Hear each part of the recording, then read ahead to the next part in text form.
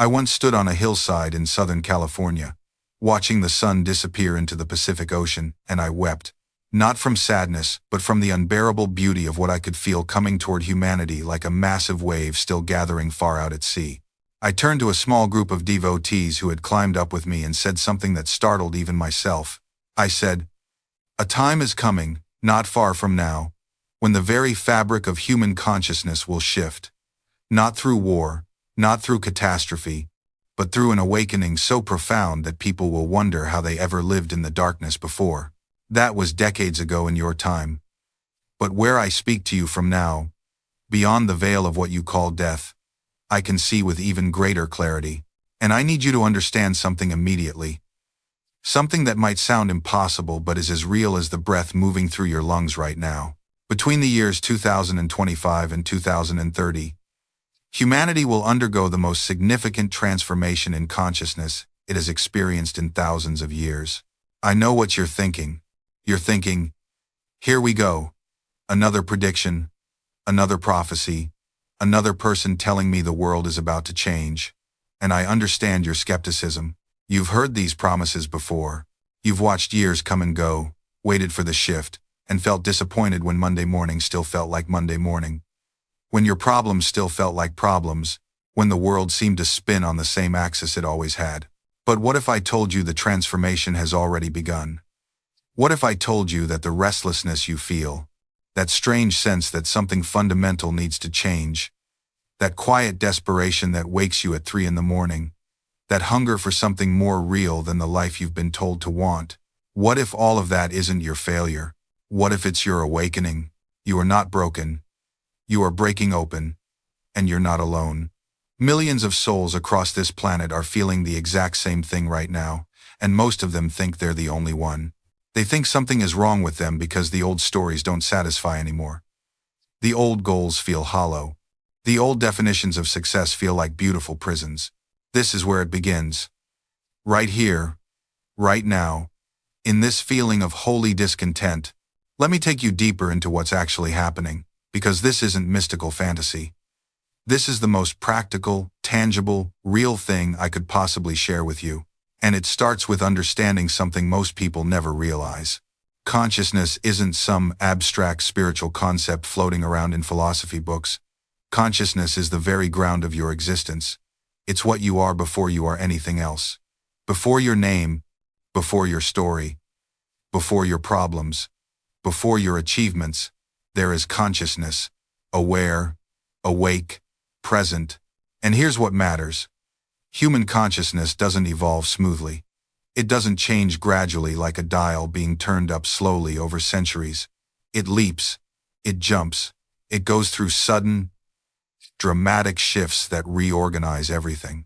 Think of water. At 211 degrees, it's just hot water. But at 212 degrees, it boils. 1 degree makes all the difference. The water doesn't gradually become steam, it transforms. It crosses a threshold. Humanity is approaching that threshold right now. You're living in the degree before the shift. And I'm not speaking metaphorically. I'm talking about a literal, measurable change in how human beings experience reality itself. Between 2025 and 2030, something is converging. Multiple forces, both visible and invisible, are coming together in a way that hasn't happened since the great spiritual teachers walked the earth 2,000 years ago. Think about what's already happening around you. Information that was hidden for centuries is now available to anyone with curiosity.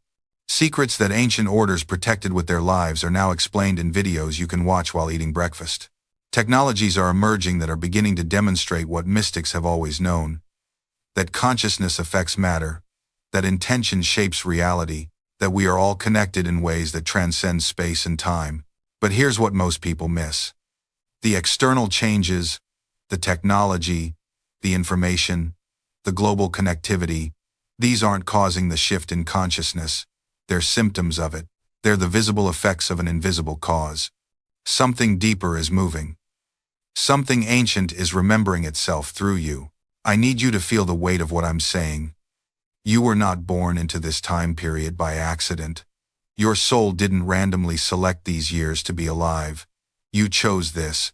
Before you took your first breath in this body, You knew. You knew this window of transformation was coming, and you wanted to be here for it. Not as a spectator, but as a participant. Not to watch the shift, but to be the shift. You didn't come here to play small. You came here to remember what you truly are, not flesh pretending to be spirit, but spirit pretending to be flesh. And that's the great cosmic joke, isn't it? We're divine beings who've convinced ourselves we're merely human. Walking around worried about bills and deadlines and what strangers think of us, when we carry the entire universe inside our chest. Every person you meet is fighting the same battle. They've forgotten too. They look in the mirror and see limitation. They feel the weight of their circumstances and believe that weight defines them. But you're starting to see through the illusion. You're beginning to recognize that the prison has no walls, we simply drew them in our imagination and agreed to stay inside. This awakening isn't gentle. It's disruptive. It has to be. You can't wake someone from a dream by whispering. Sometimes love looks like an earthquake that shatters everything you thought was solid. Sometimes grace arrives dressed as chaos, demolishing the false structures you've built your identity upon. And yes, it's terrifying to watch your old life crumble. But what you're discovering in the rubble is gold, the authentic self you buried beneath decades of conditioning and compromise. The people around you might not understand what's happening to you. They'll tell you you've changed, and they won't always mean it as a compliment. They'll miss the old version of you, the one who stayed small so they could feel comfortable, the one who dimmed your light so theirs seemed brighter. Let them miss that person. That person was never real anyway. That was just a character you played, a role you performed to earn approval from an audience that was never truly watching. And here's what's beautiful about that. When you stop performing, when you stop twisting yourself into shapes that don't fit your bones, you discover something extraordinary. You discover that the right people, your people, they don't show up for the performance. They show up for the person behind the curtain. They show up for the raw, unfiltered truth of who you are when nobody's asking you to be anything else. I learned this the hard way. I spent years thinking I had to be the peacemaker in every room, the one who absorbed everyone's chaos so they could feel calm. I thought that was love. I thought that was friendship. But really, I was just teaching people that my needs didn't matter, that my boundaries were suggestions, that my pain was negotiable. And you know what happened when I finally stopped? When I finally said, "This is who I am, and if that doesn't work for you, I understand." Some people left, and it hurt. God, it hurt. But the ones who stayed, they became my family in ways blood never could. Because they weren't staying for what I could do for them. They were staying for who I was without all the extras. The person you're pretending to be costs you everything. It costs you sleep, because you're constantly monitoring your performance, replaying conversations, analyzing every word for mistakes. It costs you joy because you can't fully celebrate your wins without wondering if you celebrated the right way. If you seemed grateful enough, humble enough, impressive enough. It costs you peace because there's always this low-grade anxiety humming in the background, the fear that someone will see through the mask and reject what's underneath. But here's the truth that will set you free. Authenticity is not a risk. Pretending is the risk.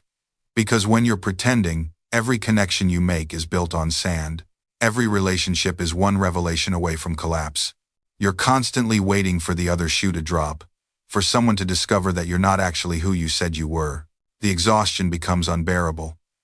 You're running two parallel lives, the real one and the performed one, and the cognitive load is crushing. Every conversation requires a split-second calculation. What would the person I'm pretending to be say right now? How would they react? What details of my real life do I need to hide or modify to maintain consistency? I watched this destroy someone I cared about. He'd created this image of himself as endlessly positive, always winning, never struggling. His social media was a highlight reel of success. But privately, he was drowning. His business was failing. His marriage was falling apart. And he couldn't tell anyone because it would shatter the illusion he'd spent years constructing. The tragedy wasn't that he was struggling, everyone struggles. The tragedy was that he was struggling alone, surrounded by people who would have helped him if they'd known the truth. But the mask had become so heavy, so elaborate, that removing it felt impossible. He'd rather suffer in silence than be seen as he actually was. This is what pretending costs you. Authentic connection. And without authentic connection, you have nothing that matters. You can have all the followers, all the admiration, all the surface-level friendships in the world, but if nobody actually knows you, you're fundamentally alone. Here's what shifted everything for me. I realized that the people I admired most, the ones whose presence felt like oxygen, weren't the ones who seemed perfect. They were the ones who were real, the ones who could laugh at their own mistakes. The ones who'd say, "I have no idea what I'm doing, but I'm figuring it out." Those people gave everyone around them permission to be human. Their honesty was magnetic not because it was polished, but because it was true. And I understood something profound. Authenticity isn't about being impressive. It's about being recognizable. When you show up, as you actually are, flawed, uncertain, growing, other people see themselves in you. They think, "Oh, thank God, I'm not the only one." That recognition creates connection that pretending never can. And here's what's strange: the more real you get, the more people trust you. Not because you're perfect, but because they can test you against reality. They can look at your story and measure it against their own experience. They can see where you struggled and where you're still figuring things out. That creates credibility in a way that a polished facade never could. I remember talking to someone who'd built a following by sharing their journey with chronic illness. They didn't have all the answers. Half the time they were just documenting what didn't work. But their audience was obsessed. Why? Because when they finally found something that helped, people believed them. They'd watch this person try everything, fail publicly, get back up, so when they said this actually made a difference, it meant something. Compare that to the expert who shows up with a perfect protocol and a spotless track record. Sure, it sounds impressive, but there's no texture to it. No proof of concept in the real, messy world where most of us live. You can't tell if it's real or just good marketing. This is why vulnerability isn't weak, it's verifiable. It gives people something to measure you against. Your authenticity becomes its own proof. And look, I know what you're thinking. But what if being authentic makes me less appealing? What if people don't like the real me? Here's the truth: some people won't. And that's exactly the point. You're not trying to be for everyone. You're trying to find your people, the ones who get it, the ones who've been waiting for someone to say what you're about to say. When you try to appeal to everyone, you end up mattering to no one. You become elevator music, pleasant, inoffensive, instantly forgettable. The third truth about speaking from your soul is this: your message doesn't need to be polished, it needs to be honest. I see so many people waiting until they have the perfect words, the perfect delivery, the perfect moment. They study other speakers, copy their cadence, mimic their gestures, rehearse until every syllable is smooth as glass. And you know what happens? They sound like everyone else. They sound like a performance instead of a person. I learned this the hard way. In my early videos, I would script everything.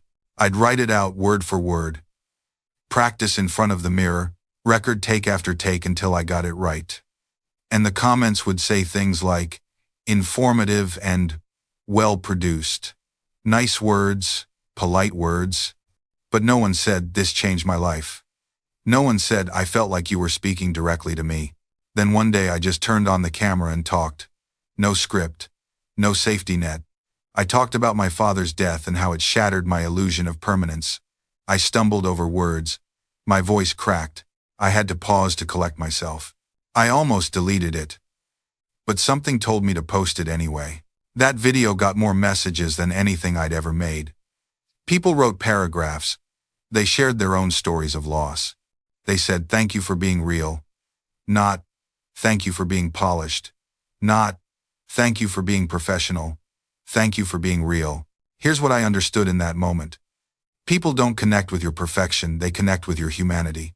The crack in your voice when you talk about something that matters. The moment you search for the right word because you're speaking from a place deeper than memorization. The raw honesty that can't be rehearsed. Your stumbles are not weaknesses. They're proof that you're saying something true, something that costs you something to say. Anyone can deliver a smooth TED Talk, but only you can speak your truth with all its rough edges and uncomfortable pauses. And here's what nobody tells you about those rough edges. They're magnetic. I've studied the analytics. I've watched the retention graphs. You know when people stop scrolling. Not during the polished segments. Not during the perfectly rehearsed transitions. They stop during the moments when you stop performing. When your voice catches slightly. When you look away from the camera for a second because what you're saying actually means something to you. When you forget your script and just talk. These aren't bugs, they're features. Because authenticity isn't a technique. It's what happens when you stop trying to be anyone other than who you are. I learned this the hard way, by the way. My first 100 videos, I was trying to sound like every other self-improvement creator. I had my power poses down, my voice modulation, my strategic pauses, and the videos, they performed okay. Not terrible, not great, just okay. Then one day I made a video where I was genuinely upset about something. I didn't script it carefully. I didn't nail the lighting. I just hit record and talked. That video got more engagement than my previous 20 combined. Not because the production was better. It was objectively worse. But people could feel that something was different. They could feel me actually being present, instead of performing presence. And that's the paradox that breaks most creators. The more you try to appear authentic, the less authentic you become. It's like trying to force yourself to fall asleep. The effort defeats the purpose. Real authenticity isn't something you do, it's something you stop preventing. You stop preventing it by releasing the image of who you think you should be. By letting go of the perfectly polished creator you imagined yourself becoming. You allow yourself to be the messy, contradictory, still figuring it out person you actually are. Because here's what I've realized after years of doing this. Your audience doesn't want your highlight reel. They're drowning in highlight reels. What they're starving for is someone real. Someone who admits they don't have all the answers. Someone who's still in the middle of their own journey, not pretending to have reached some mythical destination. That's the creator who builds a real community, not the biggest one necessarily, but the realest one. And a real community? That becomes your safety net. Your second income stream, your insurance policy against the algorithm turning cold. I've watched creators ride a viral wave to 1 million followers, then vanish when the wave crashes. But I've also watched creators with 50,000 real fans build businesses that support their families for decades. The difference? One built on sand, the other built on bedrock. So here's what I do now, and what I teach. Treat every viewer like they matter, because they do. Respond to comments not with copy-paste nonsense, but with actual thoughts. Ask questions. Start conversations. Make people feel seen. And here's the thing nobody tells you. When you do this, when you actually give a damn, it shows up in your content. Your videos change. They become warmer, more human, more real. Because you're not performing for a faceless mass anymore. You're talking to Sarah who's struggling with her business. To Marcus who's trying to learn your craft.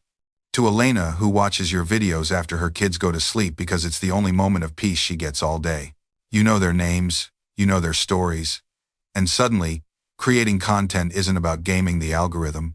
It's about serving people you actually care about. That's when everything shifts. I remember the exact moment this clicked for me. I was reading comments on a video about overcoming creative blocks, and this one guy, Tom, wrote this long comment about how he'd given up on his dreams for 15 years. He'd watched that video, and something I said made him pick up his camera again. 3 months later, he comments again. He just uploaded his first video in over a decade. His hands were shaking when he hit publish, he said. But he did it. Now, the algorithm didn't care about Tom's story. His video got maybe 30 views. But to Tom, that video changed everything. And his comment? That changed everything for me. Because I realized, this is the real game. Not the views. Not the subscribers. Not the money. The real game is impact. Connection. Transformation. That's what keeps you alive in this space. That's what makes people come back. Not once, not twice, but every single week.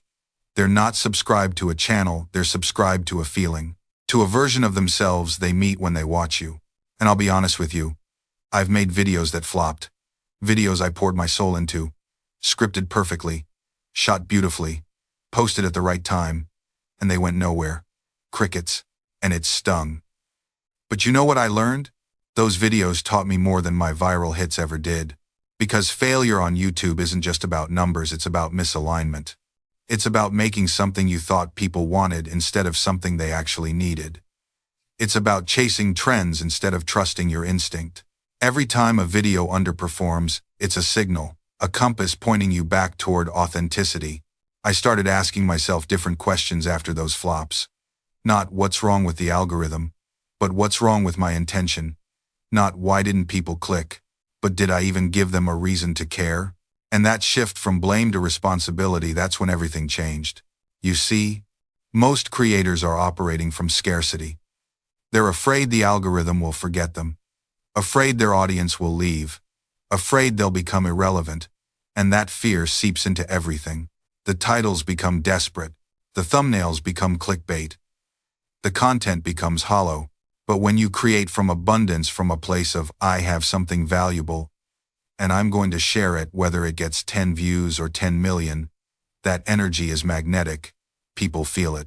They sense the difference between someone begging for attention and someone offering genuine value. I'm not saying ignore the data.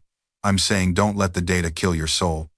Use analytics to understand what's working, but never let metrics dictate your message.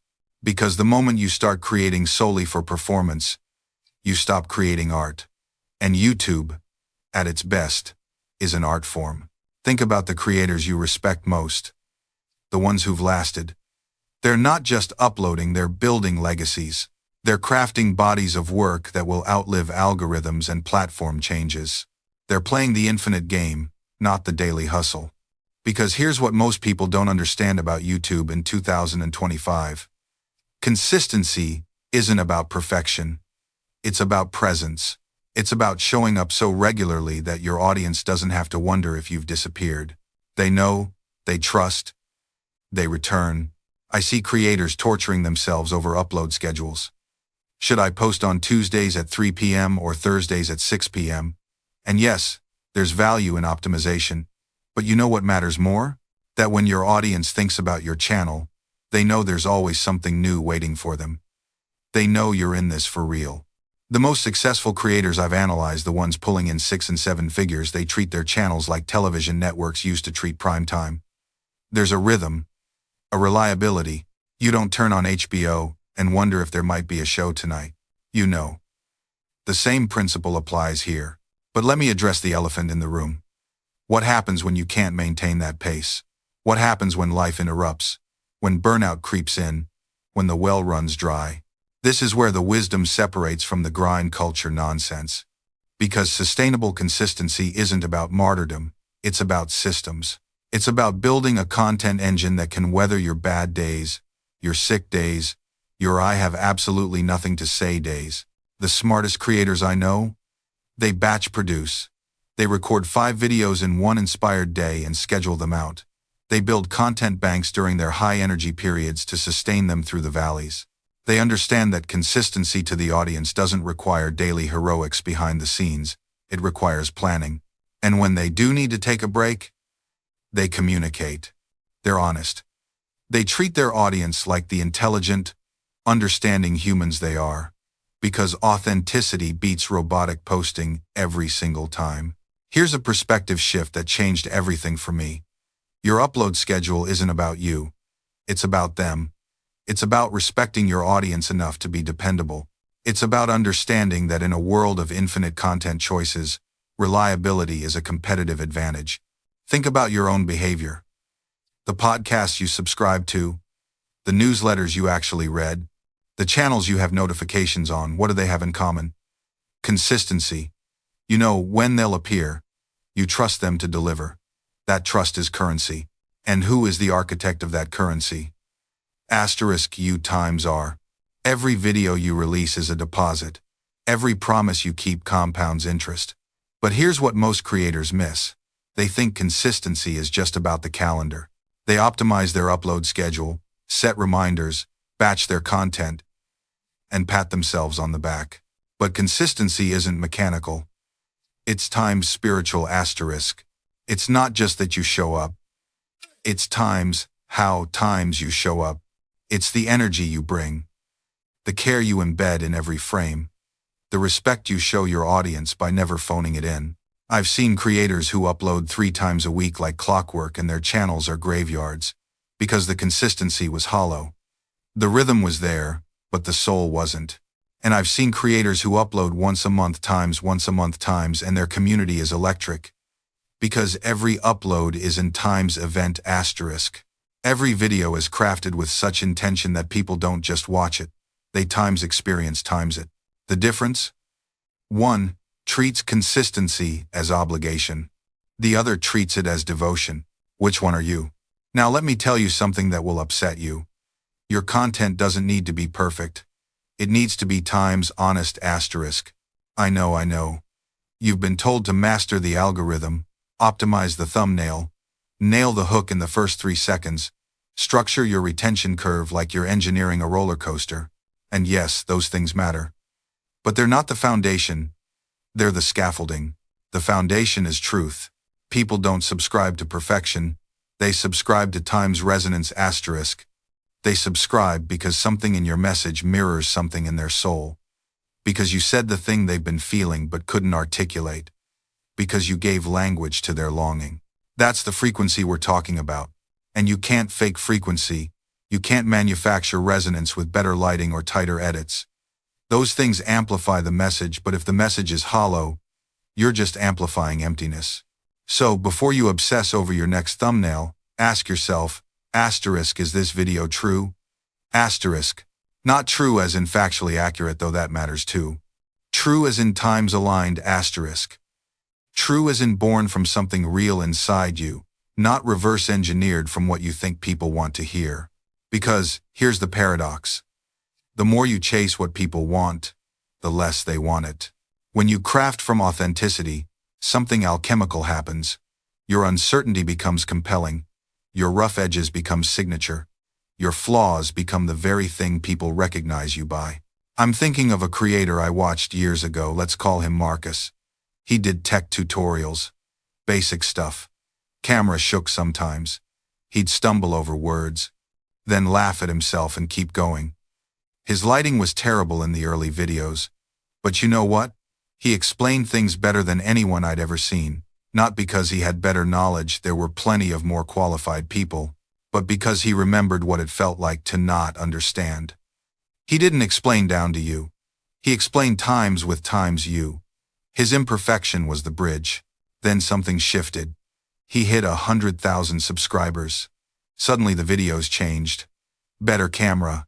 Scripted intros, professional B-roll, everything was slicker, and I couldn't watch anymore. Not because it was bad, it was objectively higher quality. But somewhere in the upgrade, Marcus disappeared. What remained was a content format, competent, forgettable. Here's what I think happened. He started optimizing for subscribers instead of understanding. He started serving the algorithm instead of the moment of confusion he used to remember so clearly. The professionalization wasn't the problem, it was what he professionalized away from. He moved away from his center. And this is the trap that catches almost everyone who gets even a taste of success. You think, okay, asterisk, this times is what worked. Let me do more of that. But you're analyzing the wrong variable. It wasn't the format that worked. It wasn't the length or the hook or the posting time. It was times you asterisk, undefended, speaking from actual experience.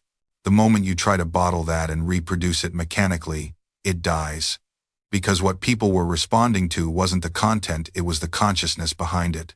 They felt a real person, and you can't fake that. You can simulate it for a video or two maybe, but not for a body of work. 5. Because consistency reveals truth. And truth is what people are starving for. I've been doing this long enough to see creators rise and fall. The ones who fall, they're always chasing trends, chasing algorithms, chasing the next big thing that'll finally make them blow up. They lose themselves in the chase. They become a collage of other people's ideas, other people's energy. There's no center, no ground beneath their feet. And their audience feels it.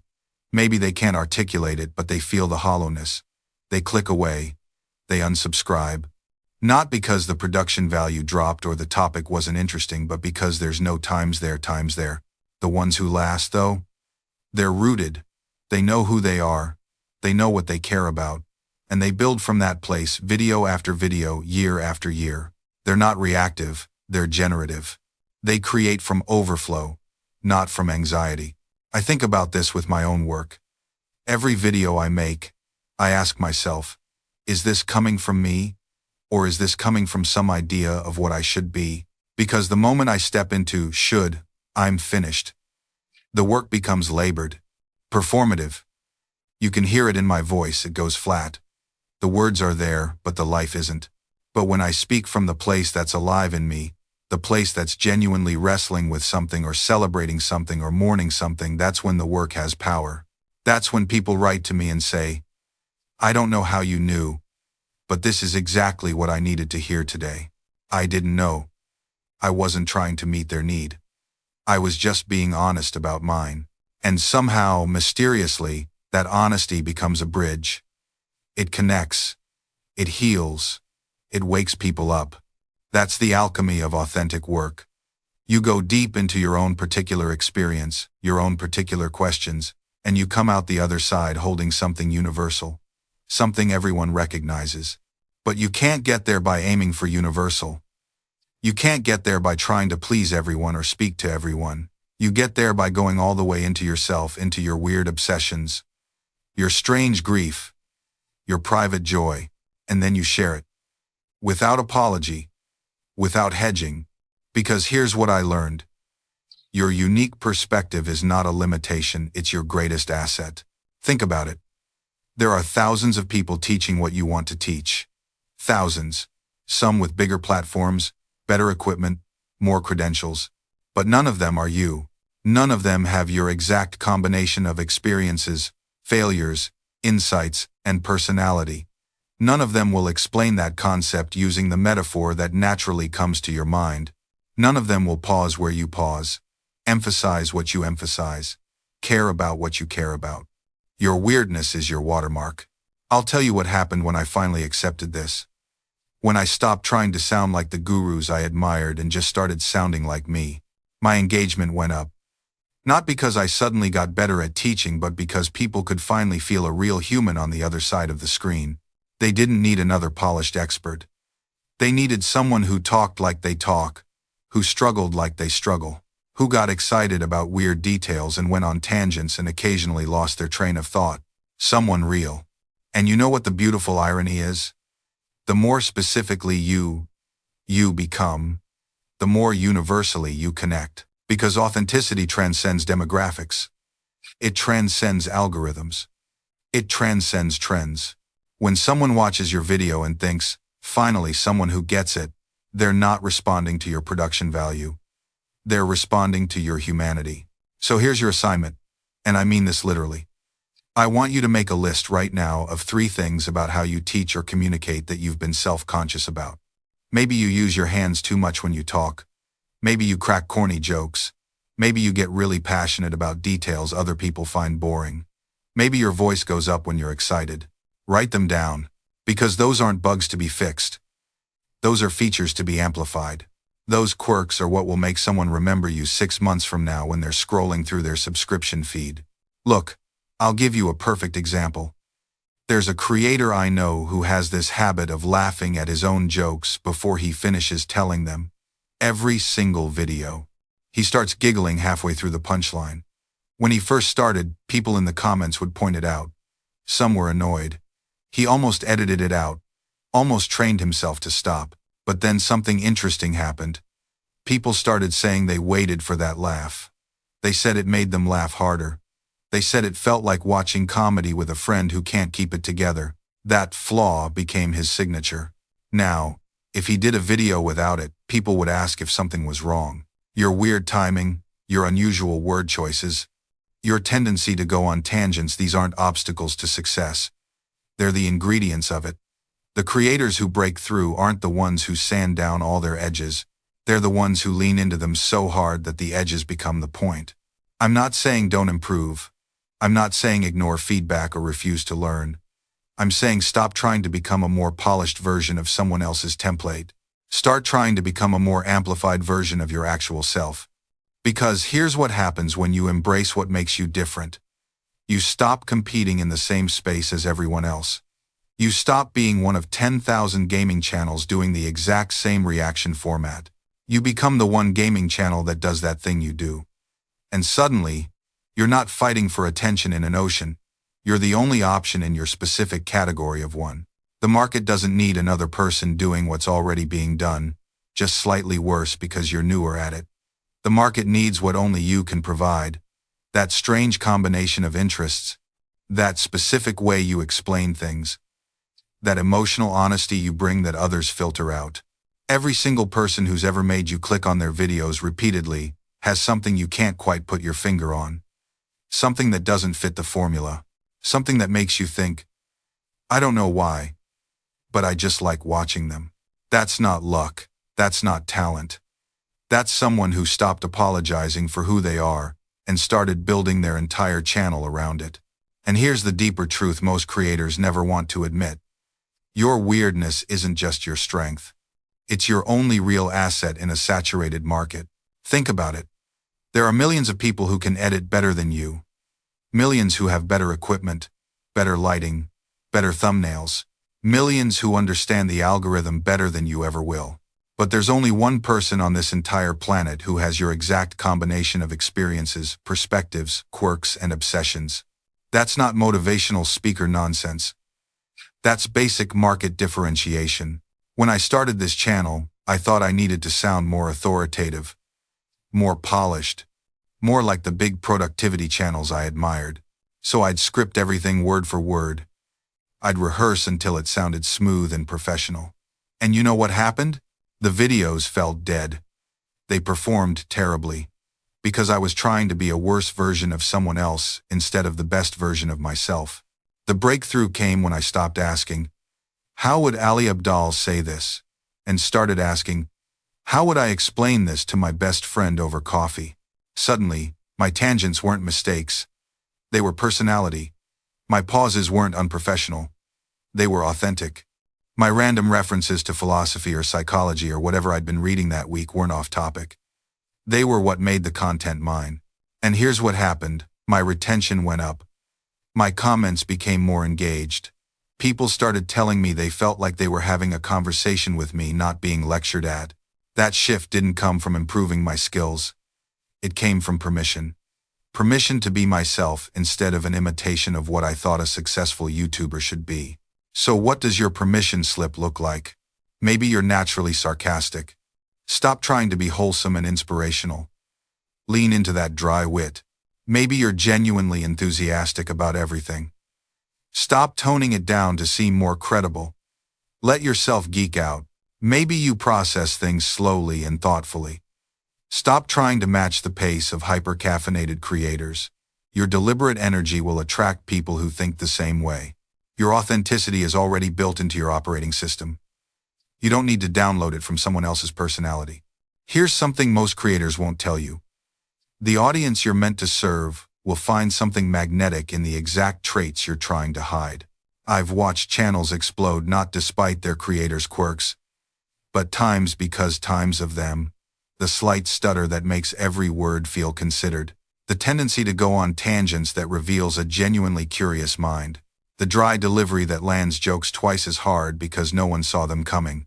There's a creator I follow who starts every video by saying "all right" about 17 times while he settles into his chair. It used to drive him crazy. He'd edit it out, re-record intros, try to appear more polished. Then one day, he left it in because he was rushing to post. The comments section lost its mind in the best way. The all rights are my favorite part. I don't feel ready to start until I hear you say "all right" that many times. It feels like sitting down with a friend. That nervous habit he tried to eliminate? It became his signature. It became the thing that made people feel at home. This is what I mean by letting your presence be the strategy. You're not performing for an algorithm. You're not collecting an audience like baseball cards. You're creating a space where certain people feel unusually understood. And that space has times your specific atmosphere. Times that can't be replicated. And yeah, this is harder than copying someone else's format. It requires you to pay attention to yourself the way you'd study a subject you're passionate about. What energizes you? What pace feels sustainable? What topics could you explore for hours without getting bored? What kind of people do you naturally understand? These aren't vanity questions. They're architectural. You're designing a creative practice that needs to hold your weight for years, not just weeks. I see so many creators treating YouTube like a sprint when it's actually a peculiar kind of marathon where you get to choose your terrain. You can run on the crowded highway with everyone else, or you can find the trail that winds through territory only you know how to navigate. The highway might seem faster, more traffic, clearer directions, plenty of other runners to follow. But the trail? The trail is where you find the people who were looking for exactly what you're offering, even if they didn't have words for it yet. And that's what I want you to hold on to today. The wisdom that the algorithm isn't broken. It's just designed for a different game than the one you're playing.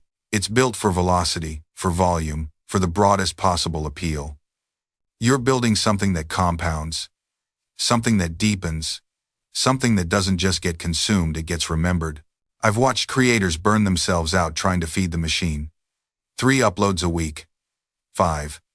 Daily. They optimize their thumbnails until they're indistinguishable from everyone else's. They chase trending topics they don't care about. They contort their message to fit what supposedly works. And maybe it does work. Maybe their views go up. Maybe their subscriber count climbs. But I've also watched what happens next. The exhaustion, the resentment, the slow realization that they've built an audience that expects them to be someone they're not. They've created a prison with perfect lighting and good sound quality. They're successful and miserable at the same time. This is what happens when you let the algorithm write your mission statement. Now imagine a different approach. Imagine you make 1 video a month. But it's the video only you could make. It draws from your specific experience, your particular insight, your unique way of seeing the world. It doesn't follow the formula. It's just deeply, authentically yours. That video might get modest views, but the people who find it, they don't just watch, they feel found. They don't just subscribe, they become believers. They share it, not because it's trending, but because it articulated something they'd been carrying around wordlessly. That's the difference between content and connection. I'm not saying ignore your analytics entirely. I'm saying stop worshiping them. Use them as information, not as instruction. Notice what resonates, but don't let it override your knowing. The data can tell you what happened. It can't tell you what matters. Because here's what I've learned after all these years. The metrics that matter most can't be measured. The person who watched your video at 3 in the morning, when they were questioning everything. The teenager who found permission to think differently. The parent who finally had words for what they wanted to teach their kids. Your legacy isn't a monument. It's a ripple that keeps moving long after you're gone. I think about this differently now. I used to believe that mattering meant being remembered. Your name, your face, your specific contributions etched into history. But that's ego talking. That's the part of us that's still afraid of death, still clinging to permanence in an impermanent world. The truest legacy is anonymous. It's the idea that spreads without attribution. The kindness that gets passed forward by someone who can't remember where they first learned it. The courage that cascades through generations. Its origin story long forgotten. You plant a tree knowing you may never sit in its shade. But someone will. And they might plant another tree, never knowing about yours. That's not sad. That's how forests are born. I've watched this happen in real time. A video I made 5 years ago about dealing with anxiety. I get messages monthly from people who shared it with friends, who shared it with family members, who used the concepts in therapy, who taught the techniques to their children. The chain of impact is untraceable now. I have no idea how far it's reached. I never will. And that's perfect.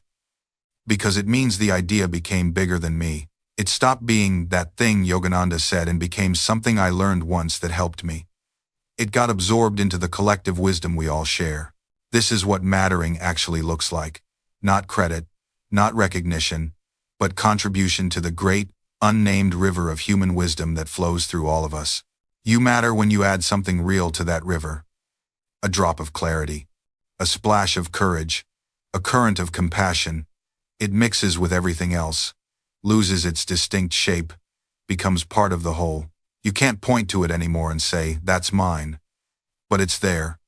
It's moving. It's nourishing everything downstream. The most important question isn't will people remember me? It's will the world be different because I was here? Even slightly. Even in ways no one can measure. And here's what I know for certain. If you've ever made someone feel less alone, the answer is yes. Because loneliness is the silent epidemic of our time. It's the thing people won't admit at dinner parties. It won't show up on their highlight reel. But it's there. In the person who laughs the loudest. In the one who's always busy. In the executive suite and the college dorm room. And when you make someone feel seen, heard, understood, you're doing something most people never do. You're breaking through the performance. You're saying, I see you. Not the version you think you need to be. The actual you. I think about my grandfather again. The way he'd ask questions and then actually listen to the answers, not planning his response. Not waiting for his turn to talk. Just listening. Like your words mattered. Like you mattered. That's so rare now. We're all so busy broadcasting, we've forgotten how to receive. And here's the paradox. The people who worry most about being remembered are usually the ones trying hardest to be impressive. But impressive fades. Impressive is exhausting to maintain. What lasts is the moment you stop trying to be impressive and just were present. My friend told me about her grandmother's funeral. Hundreds of people came, and every single person had a story about some small kindness. A card sent at the right time. A meal dropped off. A phone call that somehow came on the hardest day. No one mentioned her accomplishments. No one talked about her resume. They talked about the time she remembered their child's name, the way she always asked about their mother's health, the cookies she baked when someone was going through something difficult. She wasn't trying to be remembered. She was trying to be kind. And that's exactly why she was unforgettable. Maybe that's the real answer. Stop trying to be remembered and start trying to be present. Stop trying to leave a legacy and start trying to leave people feeling better than you found them. Because here's what I've learned. Memory is just a side effect of love. When you genuinely care about people, when you show up fully, when you offer your attention like it's the gift it actually is, people remember. Not because you were trying to be memorable, but because you made them feel something real in a world that increasingly feels fake. And that feeling, that's what cuts through all the noise. Think about the last time someone truly surprised you. Not with a gift or a grand gesture, but with their presence. Maybe they remembered something small you mentioned weeks ago. Maybe they asked how your mother's surgery went. Maybe they just listened, really listened, without checking their phone, without waiting for their turn to talk, without that glazed over look people get when they're mentally rehearsing their response. That's rare now. That's gold. I had a moment like this last month. I was at a coffee shop, buried in my laptop, stress radiating off me like heat. The barista, someone I'd seen maybe twice before, came over and said, "Rough day?" Ready to give the standard "I'm fine" response, but she was actually asking. Her eyes weren't darting to the next customer. She wasn't performing concern, she was just there. We talked for maybe 3 minutes. She shared that she'd been there too, working on her master's thesis while juggling 2 jobs. Told me about her trick for managing overwhelm, writing down one thing she was grateful for before bed, no matter how terrible the day was. It wasn't revolutionary advice, but coming from someone who'd lived it, someone who took 60 seconds to see me as a person instead of a transaction, I still think about that conversation. And you know what's wild? I doubt she remembers it. For her, it was probably just another interaction in a shift full of interactions. But for me, it shifted something. It reminded me that connection doesn't require credentials or perfect circumstances. It just requires showing up as a human being for another human being. This is the part nobody tells you about personal branding or networking or whatever corporate buzzword we're using this week. The most powerful thing you can do is be genuinely present. Not performing presence. Not Instagram story present. Actually present. I've discovered that presence has layers most people never reach. The first layer is physical stillness. You sit, you breathe, your body stops fidgeting. This is where most meditation apps leave you, and honestly, it's better than nothing, but it's just the entrance hall. The second layer is mental stillness. Thoughts slow down, the constant commentary quiets. You're not arguing with your ex in your head or rehearsing conversations that will never happen. This is deeper, harder to reach. Most people taste it for 3 seconds and think they've achieved enlightenment. I know I did. But the third layer, this is where transformation lives. The third layer is when you stop being the observer and become the observed. When the boundary between you and everything else starts to dissolve. Not in some mystical woo-woo way, but experientially.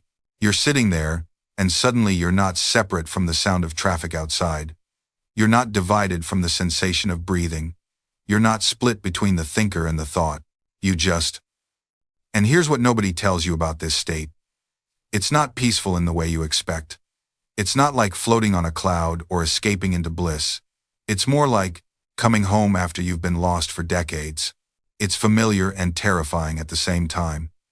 Because when you touch this space, you realize how much energy you've spent your entire life maintaining the illusion of separation. You've been working so hard to be you, to defend your opinions, protect your identity, maintain your story about who you are. And in this space of deep presence, all that falls away. Not because you've transcended it or defeated it, but because you see it's been optional all along. The persona you've been protecting, it's real, but it's not solid.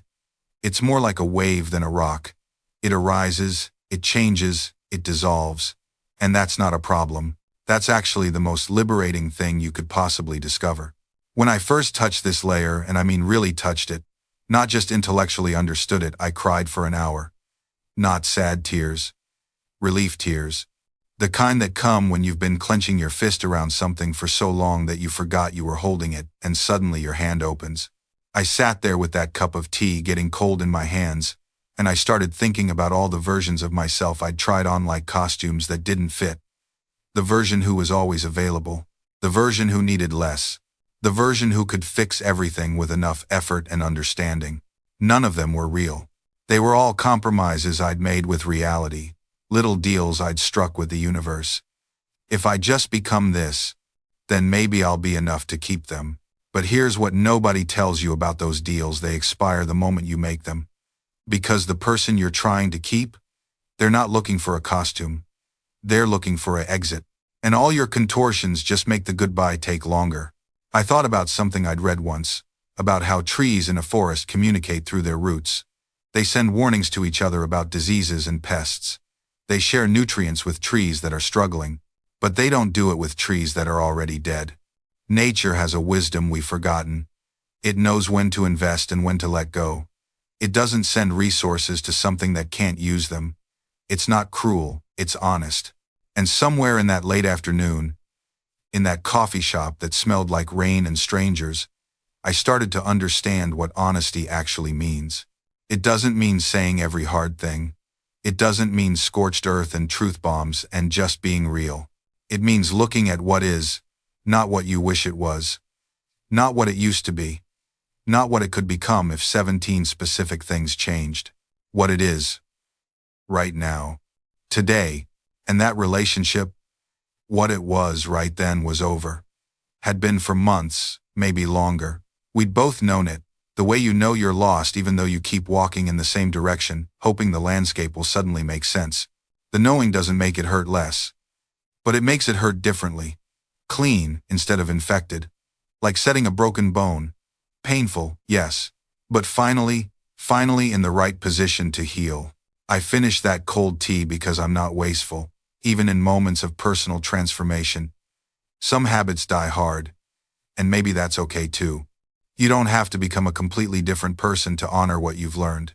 You just have to become yourself, minus the parts that were only ever there to please someone who stopped being pleased a long time ago. There's something profoundly liberating about no longer auditioning for a role in someone else's life. About letting go of that desperate need to prove you've changed enough, healed enough, grown enough to deserve their approval. Because here's what I've learned. The people who truly love you don't need you to perform your transformation. They celebrate it quietly, without requiring you to justify every step of your journey. The ones who demand constant proof of your evolution, they're often the same ones who benefited from your old patterns. They liked you better when you were smaller, quieter, more accommodating. Your growth threatens the dynamic they controlled.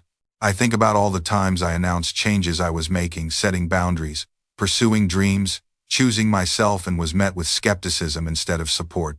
We'll see how long this lasts. You always say you're going to change. I'll believe it when I see it. What I didn't understand then was that their doubt wasn't really about me. It was about them. My evolution forced them to look at their own stagnation. My courage highlighted their fear. My boundary setting revealed how much they'd been overstepping all along. So they needed me to fail. They needed my transformation to be temporary, performative, fake. Because if it was real, if I actually could change, grow, become someone who wouldn't tolerate their behavior anymore, then they'd have to change too, or lose me. And neither option was acceptable. This is why real growth often happens in silence. Why the most profound transformations occur away from the people who knew you before. Not because you're hiding, but because you're protecting something sacred from those who would rather see it fail than succeed. You're not obligated to bring everyone along on your journey. Some people are meant to be left at the station, waving goodbye to the version of you they preferred, the one who made them comfortable, who played small, who never questioned the rules they'd written. And watching them disappear in the distance, that's not cruelty. That's growth. You know what changed everything for me? Understanding that my peace isn't up for negotiation, not with family, not with friends, not with anyone who thinks they have a claim on my energy because we share history. I used to believe that loyalty meant suffering together. That if someone I cared about was drowning in chaos, I had to jump in the water with them. That anything less made me selfish, cold, heartless. But here's what nobody tells you. You can't save someone who's determined to sink. You just drown alongside them. I watched this happen with someone I considered my closest friend for 15 years. Every few months, same pattern, different crisis, same drama. And every time, I'd drop everything, cancel my plans, put my life on hold, play therapist, mediator, problem solver, until one day, I realized something that changed my entire perspective. She didn't actually want solutions. She wanted an audience. The moment I'd offer practical advice, she'd have 10 reasons why it wouldn't work. When I'd suggest boundaries, she'd explain why her situation was different. When I'd point out patterns, she'd get defensive and accuse me of not understanding. And the truth hit me like a freight train. Some people aren't looking for a way out. They're looking for company in their misery. That's when I understood that stepping back wasn't abandonment. It was survival. I stopped answering every distress call. Stopped rearranging my peace for someone else's chaos. Stopped setting myself on fire to keep others warm. And you know what happened? She called me selfish. Said I'd changed. That success had made me forget where I came from. That I thought I was too good for my old friends now. None of it was true. But all of it was necessary. Because here's what I know now. The people who get angry when you set boundaries are the ones who benefited from you having none. Read that again. The ones who call you selfish for protecting your peace are the ones who are taking advantage of your chaos. And that realization, as painful as it was, set me free. Because I finally understood that I wasn't responsible for fixing everyone. That saying no didn't make me heartless. That choosing myself wasn't betrayal. It was the most loving thing I could do. Because when you stop enabling someone's dysfunction, you give them the opportunity to finally face it themselves. But here's what nobody tells you about that moment when you finally choose yourself. The world doesn't end. You think it will. You imagine catastrophe. You picture them falling apart without you, and you carry that guilt like stones in your pockets. But what actually happens? Life continues. They figure it out, or they don't, and that's their journey, not yours. And you start to remember what it feels like to breathe fully, to sleep through the night, to make plans based on what you actually want, not what someone else needs. I started small. I stopped answering every text immediately. I let calls go to voicemail when I was in the middle of something important. I said no to last-minute demands without offering elaborate explanations. Each time felt like rebellion. Each time, I braced for disaster. And you know what happened? Nothing catastrophic. Some people got upset, sure. Some relationships changed. But the sky didn't fall. And slowly, I realized that the prison I'd been living in had no locks. I'd been holding the door closed myself the entire time. There's a meditation practice I learned during this period. You sit quietly and imagine your energy as light. Then you notice where that light is flowing. For years, I saw my light streaming out toward everyone else. Like I was a fountain designed only to give. My reserves were depleted, my center dim. The practice is simple. You redirect the light. You let it fill your own space first. You become radiant from the inside out, not drained from the outside in. It sounds selfish until you realize this truth: you cannot pour from an empty cup. You cannot guide others if you're lost yourself. You cannot love anyone well if you've abandoned yourself completely. This is where real love begins. Not the codependent, enmeshed, boundaryless merging that we often mistake for devotion, but the mature love that says, I honor my wholeness. I respect your wholeness. I will not diminish myself to make you feel bigger. I will not enable your dysfunction because watching you struggle makes me uncomfortable. Real love holds space without taking responsibility. Real love supports without rescuing. Real love says, I see you struggling, and I trust you to find your way. I'm here as a companion, not a savior.